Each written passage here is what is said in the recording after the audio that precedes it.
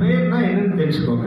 இன்னைக்கு நிறைய பேர் என்ன செய்கிறாங்கன்னா, ப்ரேயர்ன உடனே உட்காந்து ஸ்தோத்திரம் ஸ்தோத்திரம் ஸ்தோத்திரம் ஸ்தோத்திரம் ஆண்டவரே ஸ்தோத்திரம் ஸ்தோத்திரம் ஸ்தோத்திரம் அல்லேலூயா ஸ்தோத்திரம் அப்படியே ஸ்தோத்திரம் போட்டுகிட்டே இருப்பாங்க. இது நல்ல விஷயம்தான். ஸ்தோத்திரம் பலியிடுகிறவன் தேவனை என்ன செய்கிறான்? மகிமைப்படுத்துகிறான். இதில் அவர் பிரியமாக இருக்கிறார். ரைட்டு. அடுத்து இந்த ஜெப குறிப்புகள் ஆரம்பிச்சிடும். அந்த அதுக்காக ஜெபிக்கிறோம், இதுக்காக ஜெபிக்கிறோம் அப்படின்னு சொல்லி இந்த ஜெப குறிப்புகளுக்கு போயிடும். இது வேண்டாம். கொஞ்ச நாளைக்கு நான் என்ன சொல்கிறேன்னா, முதலாவது அப்படி ராட்சியத்தையும் நீதியும் தேடுங்க. இப்போ நான் கேட்குறேன், இந்த பிள்ளைகளுக்கு அது நீங்கள் கேட்டால் வாங்கி கொடுக்குறீங்க. வரும்போதே என்ன வாங்கிட்டு வந்துட்டேன்? பழத்தை வாங்கிட்டு வந்துட்டேன், ஆப்பிள் பழத்தை வாங்கிட்டு வந்துட்டேன், ஆரஞ்சு பழத்தை வாங்கிட்டு வந்துட்டேன், வேறு எனக்கு எல்லாமே வாங்கி கொண்டாந்து அது பூரா அது என்ன பிடிக்குமோ அதை வாங்கி கொடுத்து நெஞ்சிருக்கீங்க. அந்த உட்காந்து நீயும் தின்னுட்டு இருக்கு, அதுவும் தின்னுட்டு இருக்கு. இந்த மைண்ட்ல, இந்த அறிவில், உலக அறிவில் இருக்கிற உனக்கே இந்த பிள்ளைகளுக்கு பிடிச்சதை வாங்கி கொடுத்து அதை சந்தோஷமா வைக்கணும், நல்லா வைக்கணும்னு அந்த சந்தோஷத்தை பார்த்து நீ சந்தோஷமா இருக்கனா? படைச்சவரியா, மரத்தை வச்சவன், ஒன்று இந்த பூமியில் என்ன செஞ்சவன் நட்டவன்.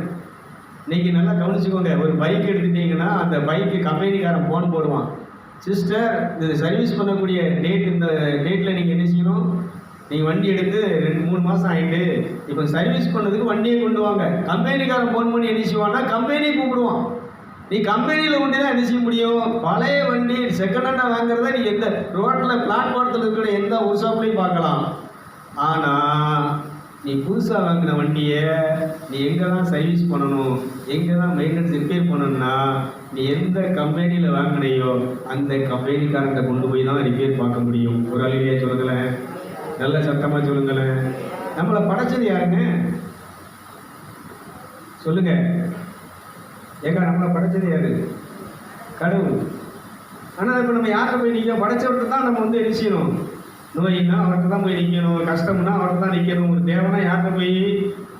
அழகா பாடினார் நபிகள், அந்த இறைவனிடம் கையேந்துங்கள், அவன் இல்லை என்று நீ யார்கிட்ட போய் ஜெபம் பண்ணணும்? அப்போ இந்த கத்தோலிக்க சபை எடுத்துக்கோங்க, இந்த இந்துக்கள் மற்ற கோயில் சாமிகள் இதெல்லாம் எடுத்துக்கோங்க. இது எல்லாமே என்னது?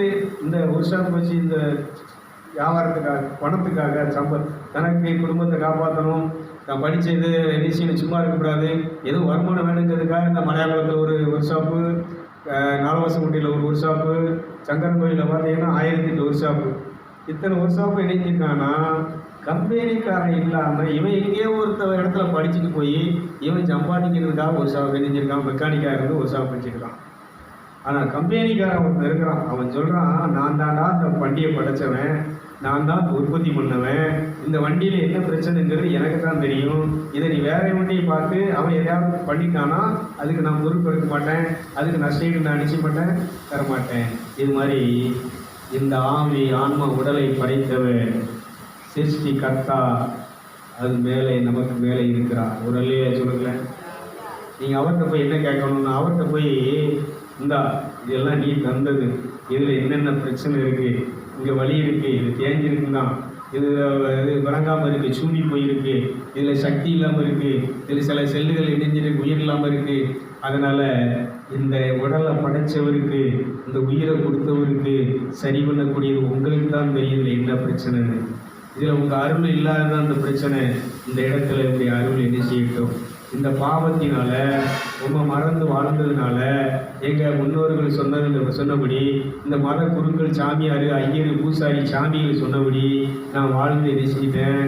இந்த மற்ற ஒரு சாப்பில் போய் வண்டியை ரிப்பேர் பார்த்த மாதிரிக்கு என் வாழ்க்கையில் இணைஞ்சி நான் வழிபாடை நடத்திட்டேன், வழிபாட ஆரம்பிச்சிட்டேன், இந்த சாமிகளை கும்பிட்டுவிட்டேன், இந்த புண்ணியத்தலங்களுக்கு போய் நினைச்சிட்டேன், மாதா அந்தோனியார்னு கும்பிட்டுவிட்டேன்.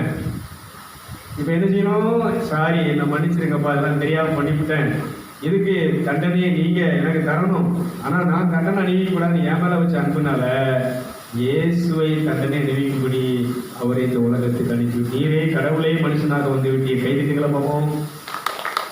நீ சட்டமன்றமே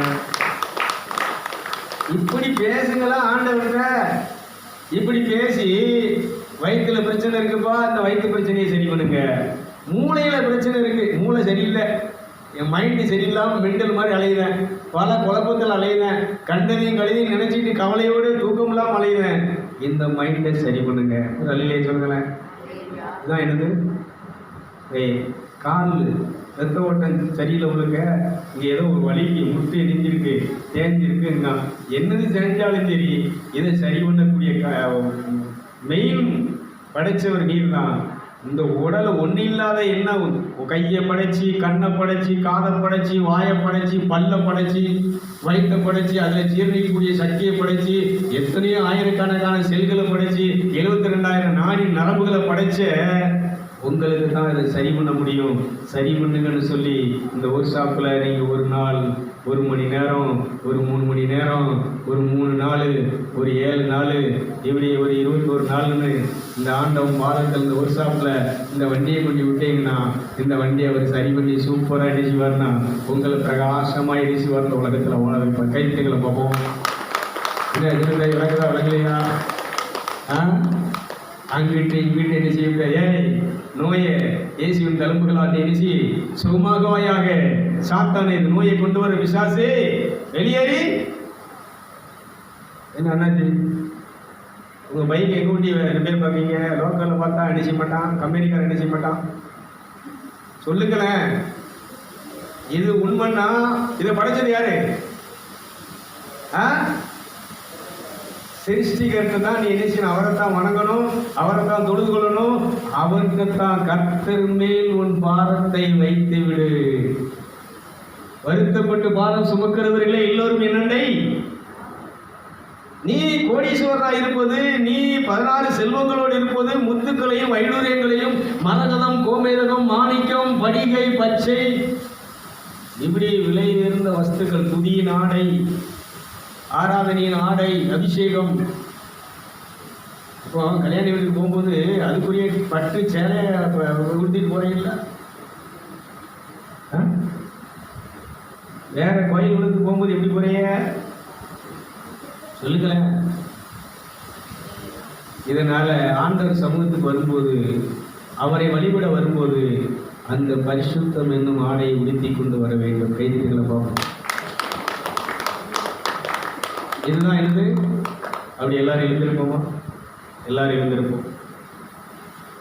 நம்ம ஜெபம் பண்றதுனால, கோயிலுக்கு போறதுனால, உபவாசம் இருக்கிறதுனாலாம் பரிசுத்தம் அடைய முடியாது. நம்மளை பரிசுத்தமாக ஒரே ஒரு ஆயுதம் எதுன்னு சொன்னா இயேசுவின் மாசற்ற விளையாட பெற்ற ரத்தம். கண்களை மூடி 2 கரங்களை மேலே உயர்த்துங்க.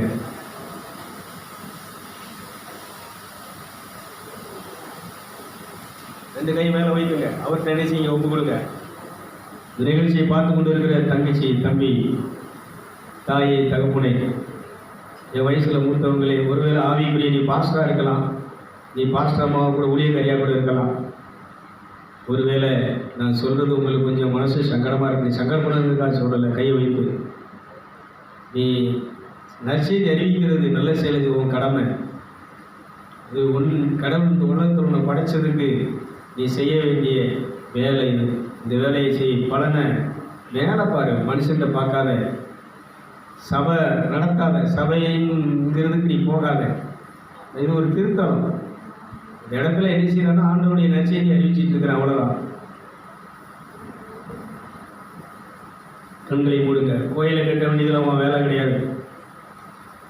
இந்த கோயிலை கட்டினவர் மேலே இருக்கிறாரு. அவர் இந்த கோயில் ரிப்பேர் பண்ணதெல்லாம் சரி பண்ணிக்கிடுவாரு. கையை வைத்தி சொல்லுங்க. நான் சொன்னது அப்படியே சொல்லுங்க. உங்கள் பாரத்தை அவர் மேலே இறக்குங்கன்னு சொல்கிறேன். உங்கள் தேவையை அவர்கிட்ட கொடுங்கன்னு சொல்கிறேன். உங்கள் வறட்சியை அவர்கிட்ட கொடுங்கன்னு சொல்கிறேன். பைபிள் சொல்லுகிறது, பிலிப்பியர் 4:19, தேவன் தம்முடைய ஐஸ்வர்யத்தின்படி உங்கள் குறைகளை நிறைவாக்குறார். இந்த நிகழ்ச்சியை பார்க்குற அத்தனை பேரை செல்வந்தனா வாழணும். நீ 16 செல்வங்களோடு வாழணும். அழிஞ்சு போகிற ஆசீர்வாதங்கள் உனக்கு வேண்டாம். அதெல்லாம் நீ கேட்காத. சும்மா அந்த ஜெப குறிப்பில் வச்சு ஜெபம் பண்ணாத. அது உனக்கு ஆபத்து இருக்கு. பிசாசுங்கிறவன் கடவுளுக்கு அடுத்து எதிர் கடவுள். அவன் ஒரு கடவுள்ப்பா. அந்த பூமியை ஆட்சி செஞ்சுட்டு இருக்கிறவன் எல்லாமே அவன் அங்கே கட்டுப்பாட்டில் இருக்கு. அவன் ஆட்சியெல்லாம் இருக்கு. அவன் தான் எல்லாத்தையும் நடத்திட்டு இருக்கிறான். அவனை மேற்கொள்றதுக்கு நீ தகுதி அடையணும், சக்தி அடையணும், பலனை பெறணும். ஆண்டவரிலும் உடைய சத்துவத்திலும் பலனடையுங்கள். எப்பொழுது அந்த பலனை கேளுங்க. பலனை தாரும் ஆண்டவரை கேளுங்க. நான் இந்த கவலையை விடுறதுக்கு பலனை தாங்க. பயமில்லாம் வாழ்றதுக்கு எனக்கு பலனை தாங்க. கோபம்லாம் வாழ்றதுக்கு எனக்கு பலனை தாங்க. கவலை இல்லாமல் வாழ்றதுக்கு பலனை தாங்க. பொறாமை இல்லாமல் வாழ்றதுக்கு பலனை தாங்க. கேளு கேளு. எதுக்கு எடுத்தாலும் கவலைப்படுறேன், எதுக்கு எடுத்தாலும் கோவப்படுறேன், எதுக்கு எடுத்தாலும் பயப்படுறேன், எதையும் எனக்கு எது இல்லை, இழக்க முடியல. ப்ளீஸ் எனக்கு உதவி செய்ய. கேளுங்க. இதான் கேளுங்க. இதைத்தான் நீ டெய்லி பண்ண போறீங்க. உனக்கு பிரச்சனை வர நேரம் வர அந்த பிரச்சனையை மேற்கொள்ள பலனை கேளுங்க. அது தீரணும், இது தீரணும், அது தீராது. அது இருக்கும். ஆனால் அதை நீ மேற்கொள்ளணும். சிலுவையை நீ மேற்கொள்ளணும், சோதனையை நீ மேற்கொள்ளணும், கஷ்டத்தை மேற்கொள்ளணும், வியாதியை நீ மேற்கொள்ளணும். வியாதி வேண்டாம்லாம் சொல்லாத, வியாதியை மேற்கொள்ளுவேன். எதை மேற்கொள்ள எனக்கு பலன் இருக்கு. இது என்ன ஒன்றும் பண்ண முடியாது. சுகர் என்ன ஒன்றும் பண்ண முடியாது. கேன்சர் வியாதி என்ன ஒன்றும் பண்ண முடியாது. சொல்லு. நிறைய வியாதியை சொல்றான். எந்த வியாதியும் என்ன ஒன்றும் பண்ண முடியாது. ஒன்றை மேற்கொள்ள என் இயேசுவின் ரத்தம் இருக்கிறது. மாசற்ற விளையாடப்பட்ட ரத்தம் இருக்கு. பேசுங்க. இந்த நிகழ்ச்சியை பார்த்து கொண்டு இருக்கிற உங்கள்கிட்ட சொல்லி நீ பேசிக்கிட்டே இருப்பா, எல்லாம் நடக்கும். நீ இப்போ நான் சொன்னது படைச்சவர் அவர் தானே, இந்த உடம்பு உண்டாக்கியது அவர் தானே. காளி உண்டாக்குனாலா, மாறி உண்டாக்குனாலா, அந்த மரியம்மன் உண்டாக்குனாலா? இல்லை. அந்தோனியார் இந்த உடம்பு உண்டாக்குனாரா? சேஸ்தியார் உண்டாக்குனாரா? சவரியார் உண்டாக்குனாரா? இல்லை. அவங்க உடலையே உண்டாக்குனது அவர் தான். அவங்க இந்த தான் அவங்க ஃபாலோ பண்ணாங்க. இதைத்தான் அவங்க கடைபிடிச்சாங்க. எல்லா கஷ்டத்துக்கும் பிரச்சனைக்கும் கடவுள்கிட்ட போய் நின்னாங்க. இதைத்தான் உங்களுக்கு சொல்றேன். அந்தோனியாரின் பக்தர்களே, அந்தோனியார் கோயிலில் போய் பக்தியா பக்தர்களாக இருக்கக்கூடிய என் அன்பு உறவுகளே, நான் ஒரு கத்தோலிக்கன். இன்னைக்கும் இந்த கத்தோலிக்க இந்த அங்கீகாரத்தில் நான் ஊழியத்தை பண்ணிட்டு இருக்கிறேன். ஏன்னா இதை நான் கண்டுபிடிச்சேன். ஒளியின் ஆவி தான் எல்லாத்தையும் வழிநடத்திட்டு இருக்கிறேன். அப்போ எனக்கு சக்தியை தான் கேட்டேன். சக்தியை கொடுத்ததுனால தான் இவ்வளோ போல்டாக பேசிட்டு இருக்கிறேன். முடிஞ்சா இதை எதிர்க்கிறதுக்கு சக்தி இருந்தால் வான்னு கேட்குறேன். இதை இல்லைன்னு நீ சொல்ல முடியுமா? இல்லை இதை எதிர்த்து ஏதாவது உங்களால் பண்ண முடியுமா? எதுவுமே பண்ண முடியாது. உண்மை, நான் சொல்றது சத்தியம். கூப்பிடுங்க. நீங்கள் பேசுங்க, உங்கள் ஆவியில் பேசுங்க. கடவுளோடு உறவாடுங்கன்னு சொல்கிறேன். அப்பான்னு கூப்பிடுங்க. என் பரலோக தகப்பனை, இதை சிருஷ்டித்த உம்ம சாயல்ல உம்ம பாவனையின்படி, உம்முடைய ஞானத்தின்படி, ஞானத்தின் ஆவியானவரே ப்ளீஸ் எனக்கு உதவி செய்யுங்க. எனக்கு ஞானத்தை தாங்க. உங்களை அறியக்கூடிய ஞானம் எனக்கு வேணும். உங்களை வழிபடக்கூடிய ஞானம் வேணும். உங்களை ஆராதிக்கக்கூடிய ஞானம் வேணும். கேளுங்க, பேசுங்க. நான் ஏதோ வழிபாடு நடத்திட்டு நீங்கள் அதுக்கு கையை திட்டிட்டு அதுக்கு நீங்கள் சான்றா போட்டு போகிறதுக்கு நீங்கள் வரல. ஏதோ நான் கட்டிட்டு இருக்கிறேன், அதை நீ கேட்டுட்டு போனதுக்கு இல்லை. நீ கடவுளோடு பேசு. கடவுள் பேசுறதை நீ கேட்கணும். அதனால தான் நீங்கள் தனியாக இருக்குன்னு சொல்கிறேன். அவரோடு நீங்கள் தனித்திருக்குன்னு சொல்கிறேன். அவர் 12 சீடர்களையும் தம்மோடு இருக்கும்படி தனித்து அவர்களை கொண்டு உட்கார வைத்தார். இது மத்திய செய்தி 10ஆம் அதிகாரத்தில் பார்க்குறோம். இல்லை, தனியாக உறவாடுங்க. இதுக்கு தாங்க நீ கடவுள்கிட்ட வர்றீங்க. அவரோட உறவாட தான் வர்றீங்க. உன் புள்ள ஓட்ட எதுக்கு வருது? ஓட்ட உறவாட வருது. அவன் மனசுல உள்ளத பேச வருது. உங்களுக்கு விருப்பமானதை செய்யறதுக்கு வருது. நீங்க உங்களுக்கு எது தேவையோ அதை கொண்டுட்டு வருது. கடவுளுக்கு தேவையானது விருப்பமானது தொழுகை. கடவுளுக்கு தேவையானது தொழுகை. தொழ ஆரம்பிங்க. அவர் தொழுதுகொள்ள ஆரம்பிங்க. நீமா ரபா காலாது சந்தரவா, மாசற்ற வெளியேறப்பட்ட ரத்தமே, என்னை நீதிமானாக்கி இயேசுவின் ரத்தமே. சொல்லுங்க, என்ன விலைக்கு வாங்கிய இயேசுவின் ரத்தமே. சொல்லுங்க, இந்த ரத்தத்தினாலே, இந்த ரத்தம் எனக்கு போதும். இது எனக்கு செல்வம், இது எனக்கு சொத்து. உங்க அபிஷேகம் எனக்கு செல்வம், எனக்கு சொத்து. இது எனக்கு போதும். சொல்லுங்க, அவருக்கு பிதாட்ட சொல்லுங்க. இது எனக்கு நிறைய தாங்க. இது எனக்கு நிரம்பி வழியை செய்யுங்க. அவர் சொல்றாரு, கொஞ்சம் கொடுக்கல, நிரம்பி வழியும். என்னுடைய அபிஷேகம், பரிசுத்த ஆவியானவருடைய அபிஷேகம் உனக்குள்ளே ஆராய் பெருக்கெடுத்து ஓடும். இப்ப நடக்கும் நிகழ்ச்சியை பார்த்து கொண்டிருக்கும் போதே, இதை கேட்டுக் கொண்டிருக்கும் போதே உங்க மேல இந்த கரண்ட் ஷாக் மாதிரி உள்ள வரும். உங்க முகத்துல அப்படியே அந்த அனல் வரும். உங்க கண் எரியும். உங்க உடல் ஹீட் ஆகும். உங்களுக்குள்ள சில மாற்றங்கள் நடக்கும். உங்களுக்குள்ள உள்ள செல்கள் உயிரடைய ஆரம்பிக்கும். பழுதடைந்த உறுப்புகள் உங்களுக்குள்ள இருந்து தீய ஆவிகள் வெளியேறும். சாபங்கள் வெளியேற ஆரம்பிக்கும். என்னுடைய சாபங்களை போக்குகிற இயேசுவின் ரத்தமே, என்னுடைய பாவங்களை போக்கி என்னை நீதிமானாக்குற இயேசுவின் ரத்தமே, மாசற்ற விளையாடுற ரத்தமே. சொல்லுங்க, உங்க இதயத்துல பேச ஆரம்பிங்க. இது எப்பவும் பேச ஆரம்பி. நடந்து போகும்போது பேசு, படுத்திருக்கும் போது பேசு, பிரயாணம் பண்ணும்போது பேசு, பைக்கில் போகும்போது பேசு. வேற கண்டதை கழுதி பேசிட்டு போற நீ இதை பேச ஆரம்பி. கண்டதை கழுதி நினைச்சு யோசிச்சுட்டு இருக்கிற நீ இப்ப இதை நினைக்க ஆரம்பி.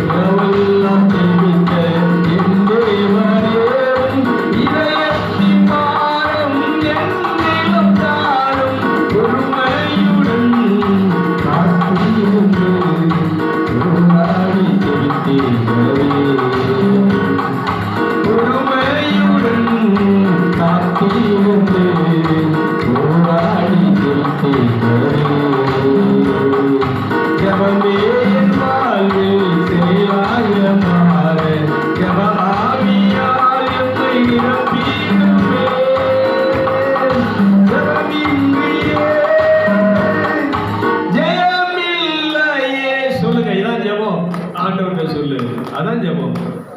உன் பிரச்சனையை சொல்லு, உன் கஷ்டத்தை சொல்லு, வேதனையை சொல்லு. இதை உங்ககிட்ட இறக்கி வைக்கிறேன்.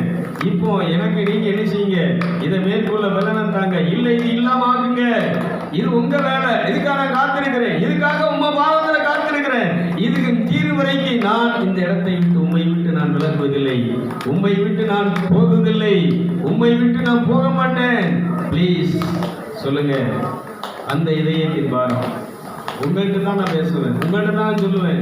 வேற யார்ட்டையும் சொல்ல மாட்டேன், வேற யார்ட்டையும் பிரச்சனையும் சொல்ல மாட்டேன், கஷ்டத்தை சொல்ல மாட்டேன், தேவையை சொல்ல மாட்டேன். உங்கள்கிட்ட மட்டும் தான் சொல்லுவேன். இதான் பிரேயர்.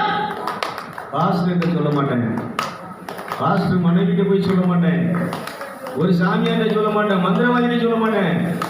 இதெல்லாம் ஒரு நாள் சொல்லிட்டு அலைஞ்சேன். சாரி, என்னை மன்னிச்சிருக்க. தீர்க்கதரிசியை தேடி அலைஞ்சேன், சுகமளிக்கிற ஊழியக்காரத்தை தேடி அலைஞ்சேன். ப்ளீஸ், இப்போ நான் உங்களை தேடி வந்திருக்கிறேன். சொல்லுங்க, இந்த நிகழ்ச்சியை பார்க்குறவங்க, நீ உன் வீட்டில இருந்து சொல்லு, காட்டுல இருந்து சொல்லு, எந்த இடத்துல உனக்கு பிரச்சனையோ அந்த இடத்துல சொல்லு. நீ ஆஸ்பத்திரியில் இருக்கியா, ஆஸ்பத்திரியில் படுத்துக்கிட்டே கேளு, ஆஸ்பத்திரியிலே பெட்ல இருந்துட்டே சொல்லு. இப்போ நீங்க தான் வைத்தியர், நீங்க தான் என் டாக்டர், நீங்க ப்ளீஸ் வாங்க. இப்போ நீங்க வரணும்.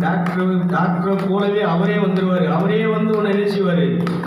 அன்னை தெரசால் இதை தன்னுடைய பணியிலே கட்டில் ஒரு நோயாளிக்கு தான் உதவி செய்யணும்னு சொல்லி ஒரு குஷ்டரோகியை முன்ன தொடச்சி அதுக்கு மருந்து போடும்போது அந்த கட்டிலே இயேசுவை பார்த்தார்கள். இன்னைக்கு சொல்றேன், அந்த இயேசு, அந்த தெய்வம் உன் பக்கத்தில் தான் இருக்கிறாரு, உன் அருகாமையில் உனக்குள்ள தான் இருக்கிறாரு.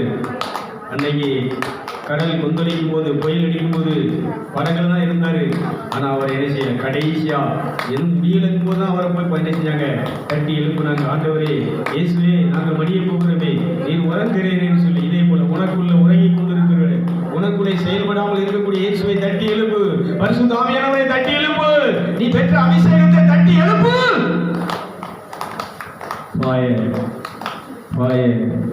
அபிஷேகம், ஐக்கினி ஐக்கினி ஐக்கினி ஐக்கினி ஐக்கினி. எல்லாரும் கரங்களை தட்டி ஆவியானவர் மறுபடியும் வரவேற்போமா ப்ளீஸ். உண்மை வரவேற்போம். 2 கரங்களை தட்டி வரவேற்போம். கரங்களை தட்டி அவரை வரவேற்க. தேங்க்யூலா. ஆவியானவர் எங்க உண்டு அந்த விடுதலை உண்டு சொல்லுங்க. ஆவியானவரே நீங்க இருக்கிற இடத்துல விடுதலை உண்டுப்பா. நீங்க எங்க இருக்கீங்களோ அவங்க விடுதலை உண்டு. இப்போ நான் நீங்க செய்யக்கூடிய விடுதலையை நான் பார்க்கிறேன். நிகழ்ச்சியை பார்த்து கொண்டு இருக்கிற நீங்க உங்க இப்ப பண்ணுங்க. இதை அப்படி கூப்பிடுங்க, அப்படி கூப்பிட்டு சொல்லுங்க. அங்க நீங்க விடுதலையை பார்ப்பீங்க, அங்க அற்புதத்தை பார்ப்பீங்க, அங்க ஆவியானவர் வருவார். அவர் வரணும்னா ஒரு ஆயத்தை பயன்படுது. இயேசுவின் மாசற்ற விளையாட பெற்றது. எனக்கு தகுதி இல்லை, நான் தகுதி இல்லாதவன். ஆனால் இயேசுவின் ரத்தம் என்னை தகுதிப்படுத்தியிருக்கிறது. இந்த இருதயத்தை சுத்தமாக்கி இருக்கு.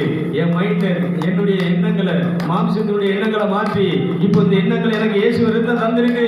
அந்த இயேசுவின் விளையாட பெற்ற ரத்தத்தினால் இப்போ அழைக்கிற வாரம் சொல்லுங்க. இதை சொல்லுங்க. இந்த நிகழ்ச்சியை பார்க்குற தம்பி தங்கச்சி, இதான் பிரேயர், இதான் கடவுளுக்கு உனக்குள்ள உறவு. இதை மட்டும் நீ பண்ணு. நடக்கா இல்லையா பாரு. ஒரு நாள் நடக்கலையா, மறுநாள் விடாத, மறுநாள் விடாத, அடுத்த நாள் விடாத, அடுத்த நாள் விடாத. அவர் பதில் பேசுறது வரைக்கும், உனக்கு உதவி செய்வது வரைக்கும், உனக்கு மாற்றத்தை உண்டாக்குறது வரைக்கும், உனக்கு விடுதலை தருவது வரைக்கும் விடாத. தேங்க்யூலா, தேங்க்யூலா, தேங்க்யூலா. அபிஷேகம் ஈரங்கட்டும், அபிஷேகம் ஈரங்கட்டும், அபிஷேகம் அபிஷேகமே. உங்கங்களை முடிக்கட்டும், கட்டுக்களை அறுக்கட்டும், அபிஷேகம் அபிஷேகமே. அபிஷேகம் ஈரங்கட்டும், அபிஷேகம் ஈரங்கட்டும், அபிஷேகம் அபிஷேகமே. உங்கங்களை முடிக்கட்டும், கட்டுக்களை அறுக்கட்டும், அபிஷேகம் அபிஷேகமே.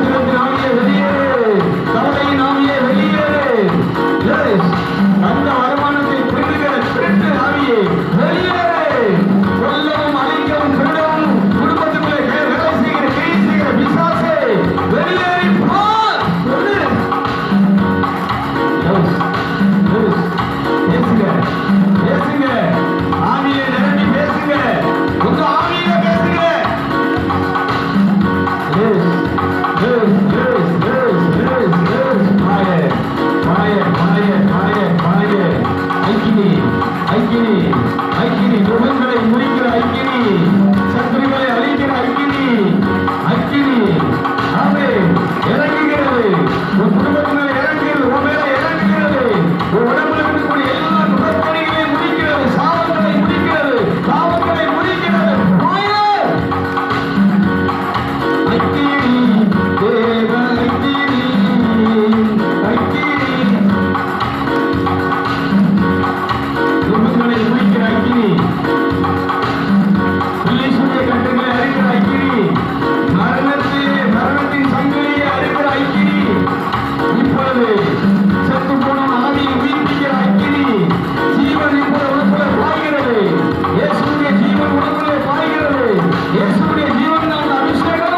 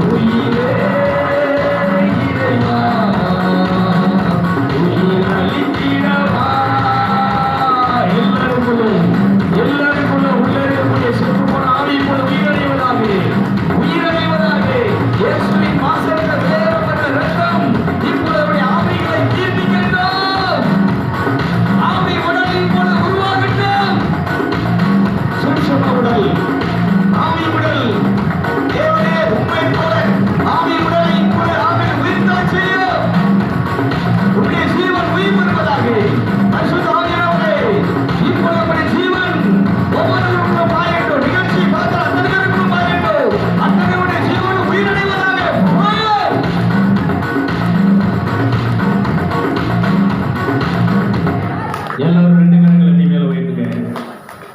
இந்த நிகழ்ச்சியை பார்க்கிற அத்தனை பேருக்குள்ள இந்த ஜீவன் நிகழ்ச்சியணும், நாவி உயிர் பெறணும். சாபத்தினால் பாவத்தினால் மரித்திருக்கக்கூடிய நாவி இப்பொழுது உயிரடைய வேண்டும். கையை வைத்து ஒரு சில நிமிடங்கள் உங்க ஆவியிலே சொல்லுங்க. இந்த தேவசாலை நிகழ்ச்சியை பார்க்கக்கூடிய அத்தனை பேருடைய உடம்புக்குள் இருக்கக்கூடிய ஜீவன், செத்து போன ஜீவன், உம்மை மறந்து, உம்மை தேடாமல், உம்மை வழிவிடாமல், அந்நிய தேவர்களை வழிபட்டு, சாமிகளை வழிபட்டு, புனிதர்கள் உம்முடைய சீடர்களை வழிபட்டு தன் ஆவியிலே செத்து போயிருக்கிற இஸ்ராயேல் மக்கள் 7 வருஷம் ஆமோனியர்களுக்கு, மோவாபியர்களுக்கு, பெலிஸ்தியர்களுக்கு அடிமையாக இருந்தார்கள். அப்பா, இதே போல யாதிக்கு, பிசாசுக்கு, சாபத்துக்கு அடிமையாக இருக்கக்கூடிய இந்த நிகழ்ச்சியை பார்க்கிற அத்தனை மக்கள், உலகம் வந்து இருக்கக்கூடிய அனைத்து மக்களும் இந்த நிகழ்ச்சியை பார்க்கட்டும். இந்த நிகழ்ச்சியை பார்க்கிற அத்தனை பேரும் சாபத்திலிருந்து விடுதலை பெற வேண்டும். அப்படி உள்ளவங்க சொல்லுங்க, அத்தனை பேரும் சொல்லணும். வேதம் சொல்லுகிறது, நீங்கள் ஒருமனப்பட்டு 2 பேர் 3 பேர் கூடி எதை கேட்பீர்களோ அது உடனே உடனே உடனே உடனே அதை நிச்சயப்படாமல் சொன்னான். இப்போ நம்ம எல்லாரும் ஒரே மனப்பட்டு இந்த நிகழ்ச்சியை பார்க்குற அத்தனை பேர், தேவசாலை நிகழ்ச்சியை பார்க்குற உலகம் இருக்கக்கூடிய அனைத்து மக்களும் இப்பொழுது என்ன செய்யணும்? ஆவியில் உயிரடையணும். அவங்க ஆவியில் உயிரடையணும். செத்து போன அவங்க ஆவி உயிரடையணும். அவங்க ஆத்மா உயிரடையணும். அவங்க ஆவியில் கடவுளோடு உறவாடணும், கடவுளோடு பேசணும். தெய்வமே உம்மோடு பேசும்படி உறவாடும்படி இப்பொழுது நிகழ்ச்சியை பார்க்கிற அத்தனை பேர் இந்த நிமிஷத்துல அவங்க பார்க்குற அதே நிமிஷத்துல இந்த ப்ரோக்ராம் பார்க்க முடியறதுக்கு முன்னாடி அவங்க ஆவியில உயிர் வரணும். அவங்க ஆத்மா உயிர் பெறணும். ஆத்மாவில் உண்மை ஆராதிக்கணும், ஆவியில உண்மை ஆராதிக்கணும், ஆவியில உம்மோடு பேசணும், உறவாடணும். நீங்க அவங்க ஆத்மாவோடு உறவாட வேண்டும். அப்பா, தேங்க்யூ ஃபாதர். நன்றி தகப்பனே. பரலோகத்தில் இருக்கிற எங்கள் அப்பாவை, தந்தையை, உங்களுடைய சித்தம் இதுப்பா. ப்ளீஸ் உங்க ஆவியானவரை அனுப்புங்க. இந்த நிகழ்ச்சியை பார்க்கிற அத்தனை குடும்பத்துக்குள்ளேயும் அத்தனை மனுஷனுக்குள்ளேயும் உங்க ஆவி அனுப்புங்க. உங்க ஆவி அந்த உயிர் ஜீவன் இப்பொழுது அன்னைக்கு இயேசுவே நீர் அந்த சீடர்களுடைய மேல் தன்னுடைய சுவாசத்தை ஊதி அவர்களை உயிர் வரை செய்தது போல இயேசுவை இப்பொழுது இந்த ஒவ்வொரு வீட்டுக்குள்ளேயும் இந்த நிகழ்ச்சியை பார்க்கிற ஒவ்வொரு மனுஷனுக்குள்ளேயும் இப்பொழுது உடைய சுவாசத்தை ஊதுவீராக. நீர் இப்பொழுது ஊதி இந்த ஆவியை பரிசுத்த ஆவியை ஜீவனை சக்தியை நீர் உயிர்த்தல செய்வீராக. செயல்படுத்துங்கா ரீமானா கரபதி அந்தரபல்லி வியங்கரபதி அந்தரபா. எல்லோரும் கரங்களை தட்டி நன்றி சொல்லுவோமா? எல்லோரும் கரங்களை தட்டி நிகழ்ச்சி பார்க்கிற அத்தனை குடும்பங்களும் ஆவியிலே உயிரடைகிறார்கள். அவருடைய ஆத்மா உயிரடைகிறது. அவர்கள் கடவுளோடு பேசி உறவாடக்கூடிய அனுபவத்துக்குள்ளே வருகிறார்கள். அந்த அனுபவத்தை பெறுகிறார்கள். தேவனே உங்களோடு சந்திக்கக்கூடிய இந்த பாக்கியத்தை அனுபவத்தை தகுதியை இப்பொழுது உங்களுடைய மாசத்தை வெளியேறப்பட்ட ரத்தம் இந்த பிள்ளைகளுக்கு கொடுக்கிறதுக்காக இந்த குடும்பத்துக்கு கொடுக்கிறதுக்காக நன்றி. எவ்வளவு பெரிய பாவியா இருந்தாலும் சரி, குடிகாரனா இருந்தாலும் சரி, விபச்சாரக்காரனா இருந்தாலும் சரி, அவன் குடும்பத்துக்கு துரோகம் பண்ணுவதா இருந்தாலும் சரி, அவன் பாவங்கள் மன்னிக்கப்படட்டும், அவன் சாபங்கள் மன்னிக்கப்படட்டும். இது ஒரு ஆவிக்குரிய ஜெபம். நீங்க ஆவியில நிரம்பி ஜெபிச்சிருக்கிறீங்க. ஆவியானவருக்கு பெரிய சிந்தா. ஆவியானவர் அந்த குடும்பத்தில் இருக்கக்கூடிய தீய சக்திகளை அழிக்கிறார், தீமைகளை அழிக்கிறாரு, சாபங்களை அழிக்கிறாரு, பாவங்களை அழிக்கிறாரு. அங்கே இப்பொழுது பரிசுத்த குடும்பம், தேவனுடைய குடும்பம் அங்கே என்ன செய்கிறது? செயலாற்றுகிறது. தேவ தூதர்கள் அங்கே செயலாற்றுகிறார்கள். கரங்களை தட்டி நன்றி சொல்லுவோமா? கரங்களை தட்டி நன்றி நன்றி நன்றி தகப்பனே. உங்கள் சித்தம் இந்த பூமியிலே செய்யப்படுவதாக, உங்களுடைய ராட்சியம் வருவதாக, உங்களுடைய ராட்சியம் இப்பொழுது ஒவ்வொரு குடும்பத்துக்கும் வருவதாக, ஒவ்வொரு மனுஷனுக்கும் வருவதாக. Fire fire fire fire. வியாதியிலிருந்து விடுதலை பெறுவார்களாக, பிசாசிலிருந்து விடுதலை பெறுவார்களாக. அவர்களுக்கு இருக்கக்கூடிய பயத்தின் ஆவியை வெளியேறு, கவலையின் ஆவியை வெளியேறு, வியாதியை உண்டாக்குற பிசாசை வெளியேறு. நீ கொண்டு வந்த வியாதிகளை எடுத்துக்கொண்டு வெளியேறு. நீ கொண்டு வந்த கடன் பிரச்சனைகளை பாரங்களை எடுத்துக்கொண்டு வெளியேறு. அப்படியே எல்லாரும் முழங்கால் பண்ணிவிட்டு தலைக்கு மேல் கரங்களை கூப்பி தலை வணங்கி நாம் அவரை குத்தம் செய்வோம், அவரை தொழுது கொள்வோமா? ரிம்மனா கரதி அங்கரபதி அந்தரபதி வியங்கரபதி அம்ரபு சந்தியா. நிகழ்ச்சியை பார்த்து கொண்டிருக்கிற நீங்களும் இதே போல தலைக்கு மேல் கரங்களை கூப்பி தலை வணங்கி முழுங்க பிறகு தொட ஆரம்பிங்க. இஸ்லாமிய நண்பர்கள் கடை அடைச்சிட்டு போய் அடிச்சுறாங்கன்னு தொழுது கொள்றாங்க. வியாபாரத்தை நிறுத்தி வச்சுட்டு போய் தொழுகிறாங்க. பயணத்தை நிறுத்தி வச்சுட்டு போய் தொழுறாங்க. ஒரு இறந்த வீடாக இருந்தால் கூட அந்த இறந்த வீட்டில் அந்த பாடியை அப்படியே உட்கார வச்சுட்டு எரிச்சுறாங்க. அந்த இறந்த வீட்டை விட்டு வெளியில் வந்து தூரம் வந்து எரிச்சுறாங்கன்னு அவங்க சொல்லுறாங்க. ஒரு கல்யாண ஃபங்க்ஷனாக அந்த ஃபங்க்ஷனில் அங்கே அந்த சாப்பாடை பிந்தி இப்போ சாப்பிட்டுக்கலான்னு சொல்லி அவங்க எரிச்சுறாங்க, தொழுகை போய் சொல்கிறாங்க. இது போல் நிகழ்ச்சியை பார்க்கக்கூடிய நீங்கள் எந்த இடத்துலையும் என்னை படைச்சவரை நான் தொழுது வெட்கப்பட மாட்டேன். மனுஷனுக்கு முன்னால் உண்மை வணங்குறதுக்கு தொழுது நான் வெட்கப்பட மாட்டேன். மனுஷனுக்கு முன்னால் நான் உண்மை என்ன செய்வேன்? தொழுது கொள்வதை ஆராதிப்பேன் அப்படின்னு சொல்ல ஆரம்பிங்க. தீமானா கரதி அந்தரபலி வியங்கரபதி அந்தரபா. தொழுகை நீ பண்ணிட்டு எந்திரிச்சு பாரு, உனக்குள்ள ஒரு புது ஜீவன், புது சக்தி இருக்கும். ரோமையர் 10:13 சொல்லுகிறது, அவரை தொழுது கொள்ளுகிறவர்கள் ரட்சிக்கப்படுகிறார்கள், முத்தி அடைகிறார்கள். அவரை நீ படைச்சவரை தொழ ஆரம்பிச்சுன்னா உனக்கு புத்தி கிடைச்சிச்சு. பெரியவன் அதைத்தான் செய்கிறார். இஸ்ராயேல் மக்கள் 7 வருஷமாக பாகாலத்தான் வழிபட்டாங்க. பாகாலத்தான் வழிபட முடியும், வேறு வழியும் கிடையாது. ஆனால் பாகால வழிபட்டாங்க. ஆனால் கிரியன் மூலமாக ஆண்டவர் என்ன செஞ்சார்? பலிபீடத்தை கட்டி தேவனை தொழுது கொள்கிறதுக்கு, பலி செலுத்துகிறதுக்கு ஆரம்பித்த உடனே மோவாபியர்கள், ஆமோனியர்கள் எல்லாம் அழிச்சார்கள். எல்லாத்தையும் கிரியனை கொண்டு அழிச்சார்கள். இதுபோல் நீ தொழுக பண்ண ஆரம்பிச்சனா, படைச்சவரை வணங்க ஆரம்பிச்சனா, உன் பாவ கட்டுகள், சாப கட்டுகள், பிசாசின் கட்டுகள், மரணத்தின் கட்டுகள் எல்லாம் அழிஞ்சிடும். வியாதியின் கட்டுகள் அறுந்துவிடும். வறுமை, தரித்திரம் எல்லாம் போயிடும். இதான் ரட்சிப்பு, இதான் முத்தி. முத்தினா இதான், ரட்சிப்புனா இதான். நீ தொழ ஆரம்பிச்சு பாரு. உண்மையிலே நீ தொழ ஆரம்பிச்சு இருதயத்தில் சுத்தமாய் சொல்லு, சாத்தானை வெளியேறு, சாத்தானை வெளியேறு, கவலையின் ஆவியை வெளியேறு, பயத்தின் ஆவியை வெளியேறு, கோபத்தின் ஆவியை வெளியேறு. இனி நான் அன்பாக, தேவனுடைய அன்பு, தேவனுடைய அமைதி, தேவனுடைய சாந்தம், தேவனுடைய விசுவாசம், தேவனுடைய பொறுமை, சகிப்புத்தன்மை, தன்னடக்கம் எனக்குள்ளே இருக்கிறது. நான் இதை கொண்டு தான் வாழப்போகிறேன், இதை பயன்படுத்தி தான் வாழப்போகிறேன். இனி இதன் மூலமாகத்தான் தேவனோடு விஷயங்கள் சஞ்சரிக்க போகிறேன். ரீமானா கரதி அங்கரபதி அந்தரபா. மாசற்ற விலையை பெற்ற இயேசுவின் ரத்தமே நாமை தொழுது கொள்கிறேன்.